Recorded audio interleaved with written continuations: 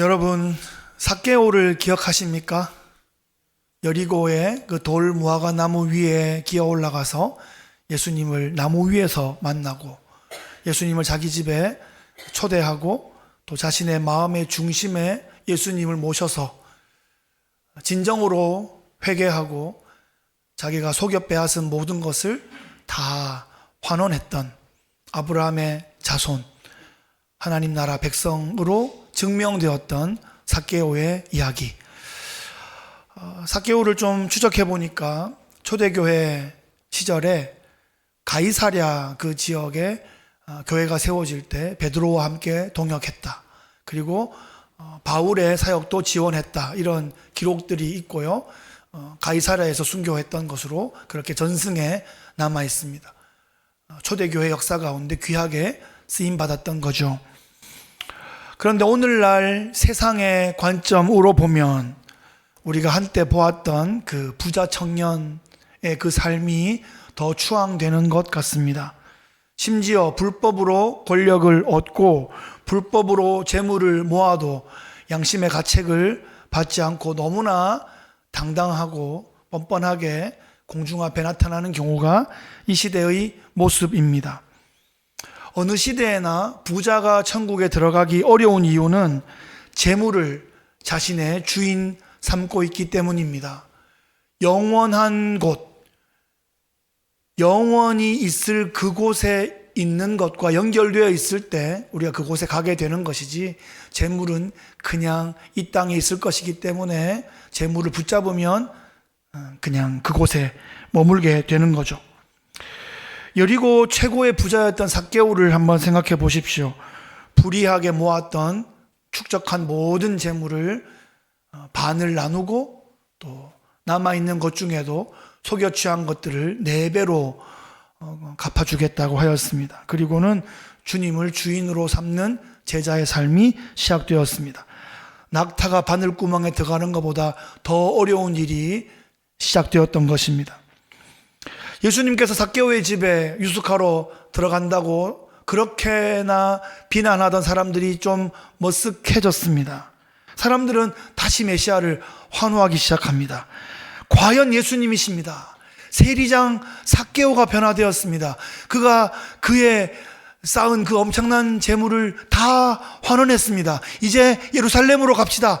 예루살렘의 권력자가 예수님 앞에 무릎 꿇을 것입니다. 이제 메시아의 나라, 하나님의 나라가 임하게 될 것입니다.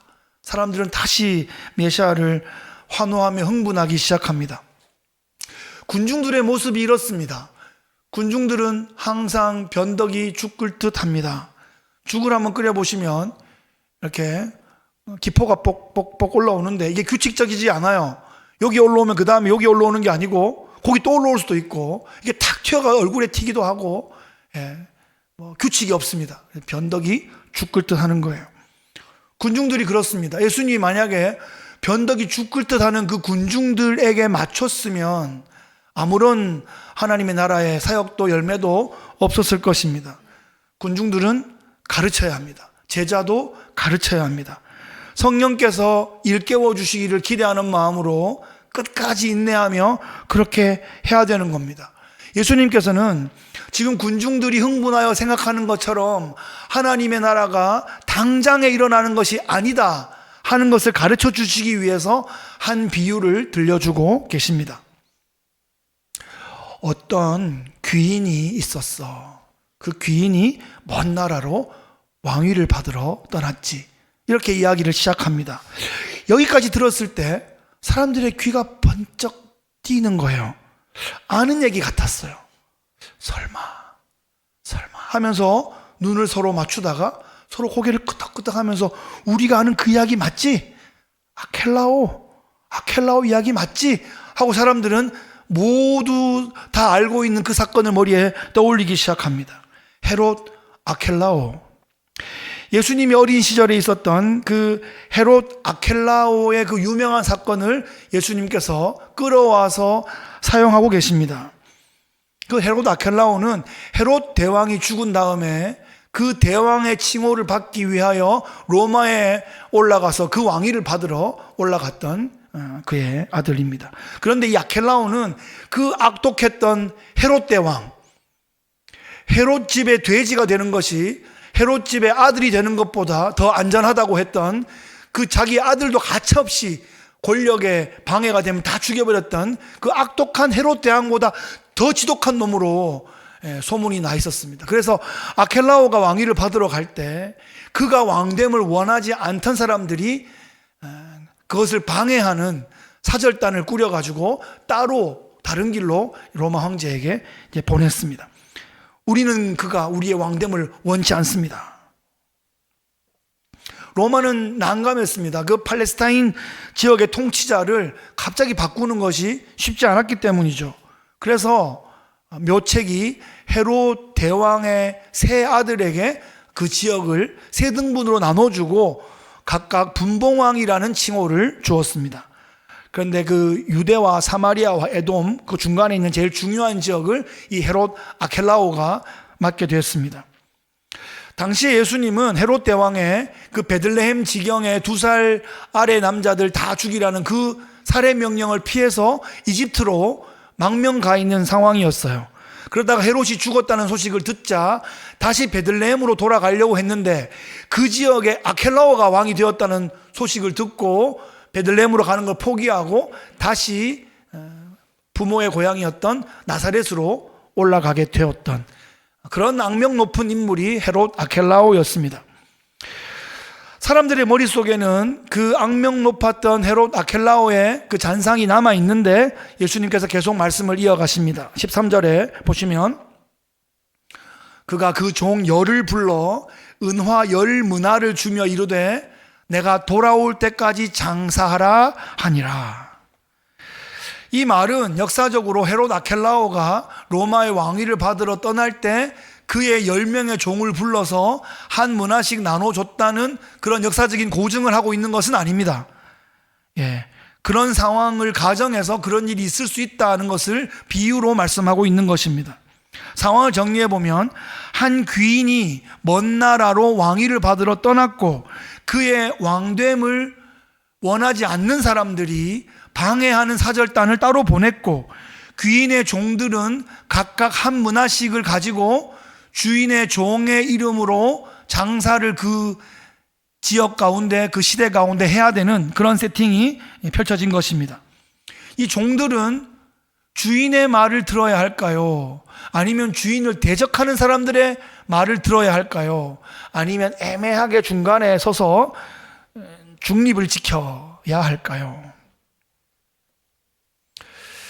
한 문화씩을 받았는데 문화는 당시의 화폐 단위로 남자의 하루 품삯을 말합니다. 문화. 어디서 또 들어본 것 같은 게 있는데 데나리온 같은 겁니다. 데나리온은 로마의 단위이고 이 문화는 그리스의 단위였어요. 건강한 남자가 하루에 일할 수 있는 품삯을 말해요. 그게 100데나리온이면 100일치 품삯이에요. 뭐 요즘으로 환산하면 얼마쯤 될지 모르겠지만 대충 뭐 한 2만 불쯤 된다고 생각해 봅시다. 2만 불씩 받았어요. 그거 가지고 장사해라 그래요. 여러분 2만 불 주고 장사하라고 하면 뭐 하실 수 있겠어요? 할 수 있다고 생각할 수도 있고 하기에 적다고 생각할 수도 있어요. 그죠? 그런데 하여튼 2만 불 정도 되는 돈을 나눠줬다는 거예요. 이 10명의 종은 각자 한 문화씩을 가지고 일하기 시작합니다. 그런데 어느 날 주인께서 왕위를 받아서 이제 돌아옵니다. 아까 제가 말씀드릴 때 좀 헷갈리게 말씀드린 게 있는 것 같네요. 이게 여러분 아무도 제재를 하지 않아서 제가 실수를 했네요. 이 데나리온하고 문화가 같은 게 아니고 데나리온하고 드라크마가 같은 거예요. 하여튼 한 문화가 100일치 2만 불쯤 된다 이렇게 생각하고 계속 들으면 되겠습니다. 주인이 왕위를 받아가지고 돌아왔어요. 주인이 모든 종들을 다 불렀습니다. 결산의 날이 온 것입니다. 첫째 종이 주인 앞으로 나왔습니다. 주인이여 당신의 이 한 문화로 10문화를 남겼습니다. 주인이 말합니다. 잘하였다 착한 종이여 네가 지극히 작은 것에 충성하였으니 열 고을의 권세를 차지해라. 이어서 두 번째 종이 나와서 말합니다. 주인이여 당신의 한 문화로 5 문화를 남겼습니다. 주인이 말합니다. 너도 5 고을을 차지해라. 이 종들이 주인이 맡긴 그 정도 100드라크마 100데나리온 한 문화의 돈으로 어떤 아이템을 잡아서 어떻게 장사했는지를 자세히 말하고 있지는 않습니다. 뭐 아이템을 기획해야 되겠고 홍보하고 판매하고 고객 관리하고 그런 일들을 했겠죠. 여하튼 10배 남긴 종이 있고 5배 남긴 종이 있어요. 그들에게 주어진 보상이 뭡니까? 10고을, 5고을을 받은 거예요. 고을이 영어로 뭐예요? 이게 저는 빌리지쯤 되나 싶어서 영어 성경을 보니까 시티라고 해놨어요. 10문화를 남겼더니 10시티를 주는 거예요. 그러니까 이 주인이 엄청나게 돈이 많은 사람인 거예요. 재력이 부족해서 한 문화씩밖에 못 준 게 아니고 작은 것을 주고 어떻게 충성스럽게 하는지를 보고 그에 대해서 한 도시를 맡길 만큼의 능력이 있는 그런 사람이었다는 겁니다. 여러분, 뭐 복권 한 장 정도가 아니에요. 시티를 맡기는 그런 일들이 벌어졌습니다. 그런데 세 번째 종이 나오는데 이 종은 말이 좀 길어요. 자기 변명이 장황합니다. 정확한 말은 그렇게 길 필요가 없는데 확신이 없거나 진실하지 못할 때 말이 길어질 수가 있습니다. 20절 이하를 보시면 또 한 사람이 와서 이르되 주인이여 보소서 당신의 한 문화가 여기 있나이다. 내가 수건으로 싸두었었나이다. 이는 당신이 엄한 사람인 것을 내가 무서워함이라. 당신은 두지 않은 것을 취하고 심지 않은 것을 거두나이다. 이 종은 지금 뭘 하고 있는 거예요? 주인 앞에서 주인을 평가하고 있습니다. 당신은 엄한 사람이고 당신은 인색한 사람이고 당신은 몰인정한 사람이고 당신은 비상식적인 사람입니다. 이렇게 말하고 있어요. 그래서 당신이 나에게 준 그 문화를 수건으로 꽁꽁 싸가지고 땅에 묻어두었었습니다. 그러나 아무것도 하지 않았습니다. 그냥 받은 돈 2만 불을 땅에 묻어둔 거예요. 여러분, 2만 불 받으면 땅에 묻어둘 사람이 있습니까? 없겠죠. 그죠? 여기서 돈을 왜 묻어? 이렇게 생각할 것이 아니라 우리가 얼마나 땅에 많이 묻었었는지 한번 추적을 좀 해보겠습니다. 이 문화가 돈의 단위이긴 하지만 반드시 돈을 의미하는 것만은 아니겠죠. 우리가 그 정도의 이해력과 추론과 상상력을 가져야 됩니다. 이 문화는 우리에게 주어진 시간일 수 있고요. 모든 인적, 물적, 영적 모든 자원이라고 볼 수 있겠습니다. 그것을 받았는데 그것을 그냥 묻어둔 거예요. 게을렀던 것입니다. 그는 주인으로부터 받은 모든 자원들을 그냥 허랑방탕하게 탕진해버린 것입니다. 주인은 이 게으른 종을 향하여 악한 종아 이렇게 말하고 있어요. 나는 단지 게을렀을 뿐인데요, 주인은 악하다고 평가하시는 겁니다. 게으름은 죄예요. 행동이 게으른 것도 죄이고 생각이 게으른 것도 죄다, 이렇게 성경은 우리에게 말하고 있습니다. 성경은 에베소서에서 세월을 아끼라 때가 악하니라 이렇게 말하고 있죠. 거기 나오는 세월에도 우리가 여기 나오는 문화를, 우리의 모든 은사를, 자원을 다 대입할 수 있는 겁니다. 내가 허랑방탕하게 사용하다 보면 주인이 나타나실 때, 우리가 주인을 만나게 될 때에 그렇게 당혹스러울 수가 없을 겁니다. 한 문화를 수건에 꽁꽁 싸두었던 이 종은 그 갖고 있었던 한 문화마저도 빼앗기고 맙니다. 너는 생각이 게을러서, 너는 행동이 게을러서 한 문화조차도 가지고 있을 자격이 없다는 것입니다. 이어서 자신의 왕됨을 원치 않았던, 그래서 뒤로 방해 공작을 펼쳤던 사람들을 불러내어 철저하게 응징합니다. 실제로 역사 가운데 아켈라오는 유대의 분봉왕이 된 후에 몇 년 지나지 않아서 어느 6월절 날 자신을 반대하는 어떤 봉기가 일어났을 때 군대를 동원해서 그날 3,000명을 응징하고 맙니다. 그런 역사의 기록이 남아 있습니다. 지금 이 예수님의 비유는 왕의 명령 앞에서 착하고 충성된 종이 있었고 악하고 게으른 종이 있었고 예수님의 왕됨을 원치 않는 사람들이 있었다, 이렇게 말하고 있습니다. 너는 어느 자리에 서 있을 건가? 우리에게 도전하고 있습니다. 이야기를 한번 정리해 보면, 예수님은 유대인이라면 모두 다 알고 있을 이 아켈라오 사건에게 자신을 빗대어 설명하고 있습니다. 당시에 많은 사람들은 아켈라오가 왕이 되어 돌아오기를 원치 않았습니다. 어쩌면 방해 사절단을 보냈기 때문에 아켈라오가 로마에 억류되어 있을 수도 있다, 돌아오지 않을 것이다 라고 확신하는 분위기도 있었습니다. 그리고 실제로 이 아켈라오의 종들은 아켈라오의 이름으로 만약에 장사를 해야 된다고 한다면 그 지역에서 장사가 되겠습니까? 잘 안 될 게 뻔하지 않습니까? 그런데 아켈라오는 돌아왔고, 그를 인정하지 않았던 사람들, 그를 오해했던 사람들은 응분의 대가를 치러야 됐다는 것입니다.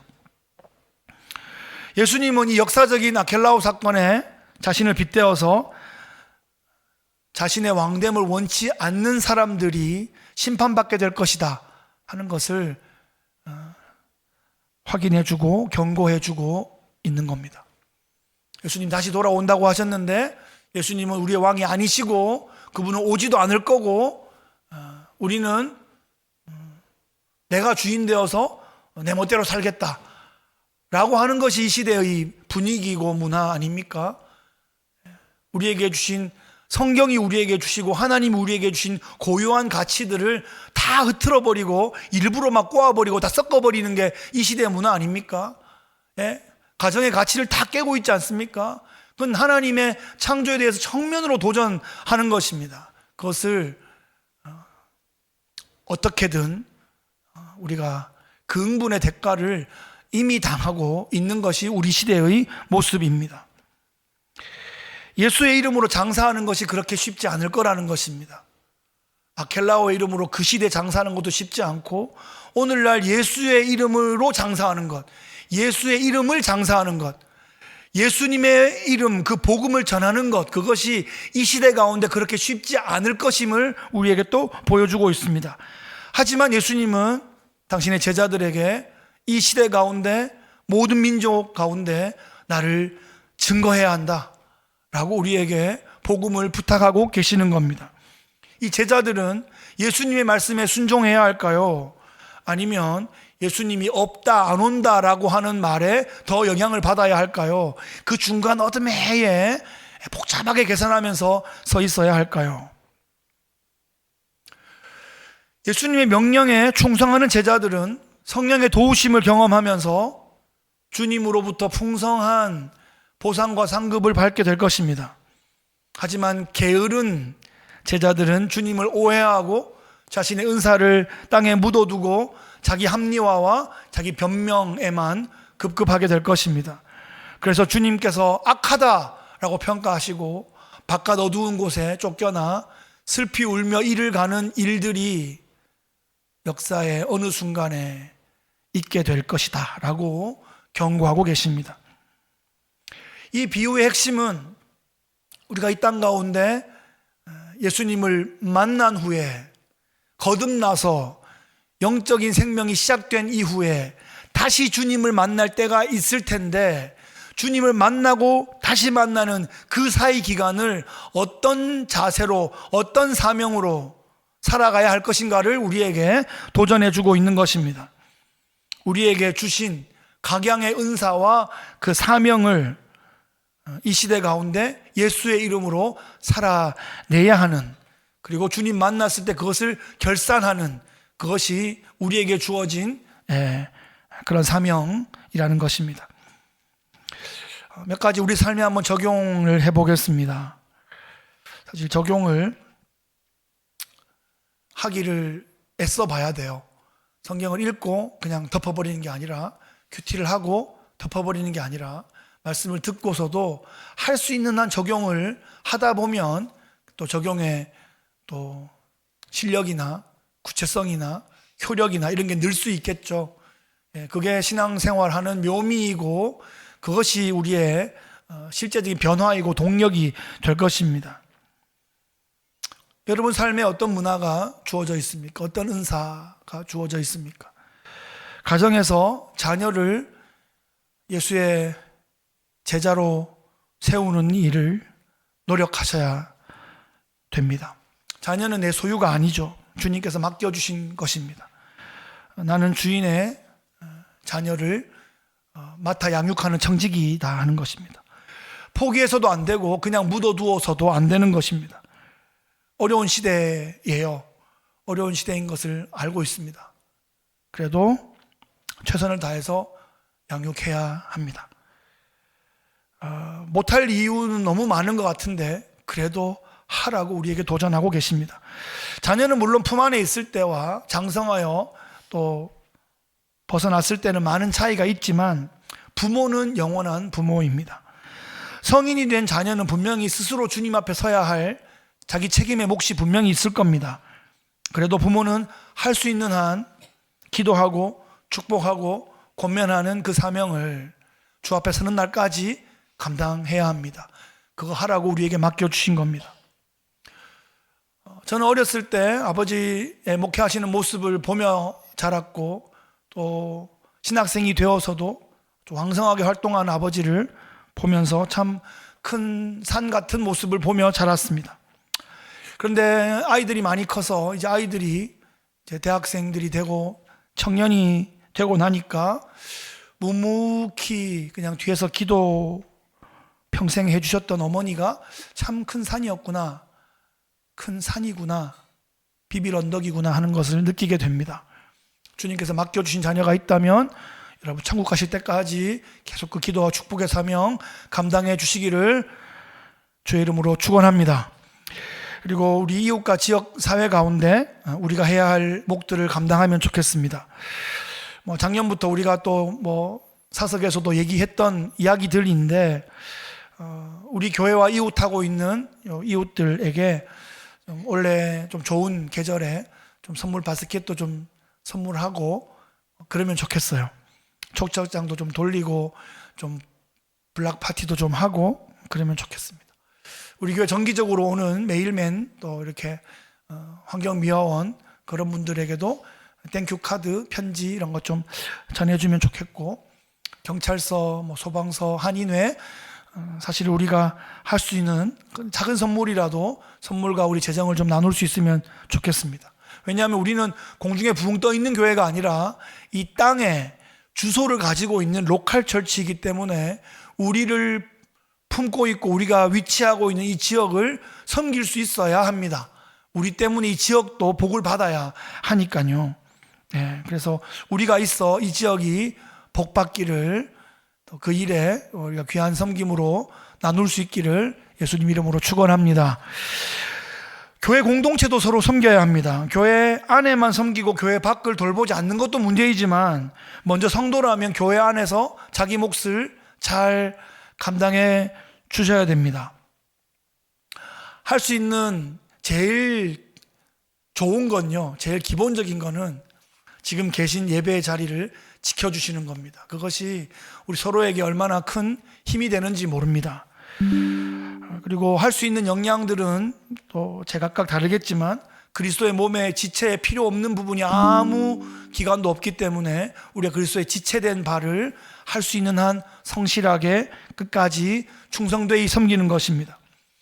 교회가 건강해야 세상을 섬길 수 있는 거죠. 내 몸이 건강해야 또 이웃도 돌볼 수 있는 겁니다. 오늘 이 예배도 다양한 섬김들을 통해서 이렇게 세워지고 있는 것이죠. 어렸을 때는 그냥 공급받고 그냥 양육받으며 성장하는 것이 최우선이지만 성장하면서 한 몫을 감당하고 또 점점 자라 집안을 지키고 버티는 그런 기둥으로 성장할 수 있기를 예수님 귀하신 이름으로 축복합니다. 마지막으로 우리 선교지도 품고 섬기면 좋겠습니다. 오늘 주보에 아직 못 보셨나요? 과테말라 선교하시는 김태중 선교사님 선교 편지가 있습니다. 제가 매주 칼럼을 쓰고 있는데 선교 편지가 오면 무조건 선교 편지를 우선으로 올려드리겠습니다. 꼭 읽어보시길 바라고, 우리 교회 내 선교지를 꼭 품으시기 바라고, 혹시 선교 카드 어디 있는지 모르겠다 그러면 로비에 여분이 남아 있습니다. 냉장고에 좀 붙여두시고 앞뒤로 뒤집어 가면서 자주 보시고 마음에 품으시면 좋겠습니다. 제가 아는 어떤 몇몇 분들 중에 예상치 못한 갑자기 생긴 수입이 생겼을 때 선교 헌금을 그 중에서 일부를 떼는 것을 거룩한 습관으로 가지고 계신 몇몇 분이 계셨는데 참 너무 좋은 습관인 것 같았고, 자기 자녀에게도 그것을 가르쳐 주시는 것을 보았습니다. 항상 모든 것이 딱딱딱딱 떨어지면 좋은데 갑자기 생기는 지출이 생길 때도 있는데, 갑자기 수입이 생길 때 그 중에서 선교지를 생각하고, 또 잘 모르겠으면 목사님께 물어요. 요즘 좀 필요한 선교지가 있습니까? 그래서 그 일부분을 드리는 그 귀한 마음이 하나님의 나라를 함께 동역하며 세워가는 것 같습니다. 건강하실 때 선교지를 방문하거나 또 선교에 참여하실 수 있기를 바라고, 후원하시고 기도하시는 것은 평생에 감당해 주시는 선교의 동역자들 되시기를 축복합니다. 말씀을 정리하겠습니다. 오늘 말씀의 제목은 맡은 사명을 끝까지 충성하자 하는 제목을 함께 나누겠습니다. 주님은 지금 위로 올라가셨고요, 우리에게 성경과 성령을 우리에게 맡겨주셨습니다. 주님 다시 만나 배움 날까지 이 성경 붙잡고 성령과 동행하며 맡은 사명 감당해 달라고 우리에게 부탁하시는 겁니다. 사랑하는 성도 여러분, 우리 끝까지 충성합시다. 끝까지란 말은 어떤 의미일까요? 크게 보면 우리의 호흡이 닿는 순간까지이고, 좀 줄여본다 하더라도 우리가 건강하게 움직일 수 있는 때까지일 테고, 최소한으로 하더라도 나에게 어떤 직분이나 어떤 사명이나 어떤 역할이 맡겨져 있을 때까지 일단 그럴 것입니다. 그래서 성경은 맡은 자에게 구할 것은 뭐라고요? 충성이다, 이렇게 말했습니다. 맡은 자에게, 그것은 맡기신 분이 있기 때문에 충성스럽게 그 일을 감당해야 되는 것입니다. 안 할 이유 너무 많습니다. 못할 이유도 너무 많고요, 하기 싫은 이유도 찾으면은 그냥 몇 페이지 쓸 수 있을 것 같은데, 그런 게 너무너무 많지만 그래서 못하는 것이 아니라, 그럼에도 나에게 이 못난 나를 충성되이 여기셔서 직분을 맡기셨음, 또 사명을 맡기셨음에 감사하며 그것을 감당하려고 할 때 성령께서 세임 주시고 감당케 하실 줄을 믿습니다. 여러분, 안 될 이유가 너무 많은 상황에도 불구하고 해냈던 믿음의 증인들이 있습니다. 그죠? 히브리서 11장에 보면 아벨부터 쫙 나오는 믿음의 선진들의 이름들이 기록되어 있고, 또 우리 얼마 전에 수요일 성경 공부에 살펴봤던 여호수아와 갈렙 같은 사람들도 있습니다. 못할 이유가 너무 명백해요. 온 백성 200만이 목 놓아 통곡할 만큼 포기하고 절망할 이유가 너무나 명백한데, 그 이유보다 하나님의 능력, 하나님의 약속, 하나님의 인도하심을 더 믿었기 때문에 담대하게 외칠 수 있었고, 그 믿음대로 그 둘만 약속의 땅을 밟게 된 것입니다. 어려운 사정 다 하시는데 주님 앞에 안 될 이유만 늘어놓기보다 그냥 하는 겁니다. 역사상 가장 성공한 광고 카피 중에 하나죠. 그냥 해. Just do it. Just do it. 그냥 하라고, 이렇게 생긴 거 그냥 한번 해보라는 겁니다. 믿음으로 해보라는 겁니다. 안 할 이유 늘어놓는 그 사이에 그냥 해보자는 겁니다. 그냥 요단강에 철철 넘치는데 발 한번 디뎌보라는 겁니다. 그냥 하루에 한 바퀴씩 돌고 마지막 날 7바퀴 도는 거 해보라는 겁니다. 우리가 돌 때 금이라도 찍찍찍 소리로 들어야 되는데 전혀 그렇지 않은데 마지막 순간까지 하라고 하시니까 해보는 겁니다. 한 사람들이 역사를 보는 거고, 안 한 사람들은 그냥 기록에 없습니다. 그냥 이름도 없습니다. 아무개도 없습니다. 그냥 주님의 이름으로 이 시대 가운데 복음 사역을 해봐라, 이렇게 우리에게 부탁하십니다. 금방이라도 망할 것 같은데 망하지 않는 기적이 벌어지는 거예요. 시대마다 교회를 말살하려는 그 제국의 황제들이 그렇게 교회를, 그렇게 성경을 그렇게 말살하려고 했는데, 제국은 무너지고 황제는 죽었는데 교회는 살아남았고 성경은 여전히 세상 끝까지 마지막 최후의 부족까지 계속하여 번역되고, 그렇게 복음이 그들 귀에 들려지고 있습니다. 교회가 쇠퇴하는 것처럼 보입니까? 교회가 쇠퇴하는 것처럼 보인다는 수많은 논문들이 나와 있습니다. 하지만 여러분, 진정한 하나님의 나라는 한 번도 쇠퇴한 적이 없습니다. 우리가 짝퉁 같은 모습을 덮어쓰고 있었기 때문에, 옛사람 모습을 계속 덮어쓰고 있었기 때문에 그 옛사람들이 자꾸 태워지는 것이지, 금을 태운다고 금이 없어집니까? 불순물이 사라지는 것이고 금은 순금이 되어가는 거예요. 금강석도 그냥 조금 번들번들한 어떤 돌 같은데 얘를 계속 깎으니까 그런 비싼 태양의 눈물 같은 게 나오지 않습니까? 깎고 닦고 해서 사라지는 거는 불순물들이고, 남는 것은 정말 존귀한 하나님을 향한 믿음이 정연되어서 남는 것입니다. 여러분, 양손을 이렇게 좀 꺼내가지고 이렇게 붙여서 자기 얼굴 앞에 이렇게 한번 내보세요. 이렇게 한번 해보세요. 뭐가 보입니까? 손 안에 뭐가 보이십니까? 주님이 맡기신 문화가 보이십니까? 문화. 한 문화씩 다 맡기셨는데, 내가 너에게 맡긴 소중한 문화, 하나님 나라를 위해 멋지게 사용하려 문화, 이렇게 주님 우리에게 부탁하고 계십니다. 밤새 짠 건데 여러분. 여러분, 옆 사람하고 한번 인사합시다. 맡은 사명에 끝까지 충성합시다. 이렇게 맡은 사명에 끝까지 충성합시다. 우리의 왕께서 우리에게 맡겨주신 은사와 사명 끝까지 감당하셔서 주님께 칭찬받고 하늘의 별처럼 빛나는 영광을 얻으시기를 예수님 귀하신 이름으로 축복합니다. 아멘.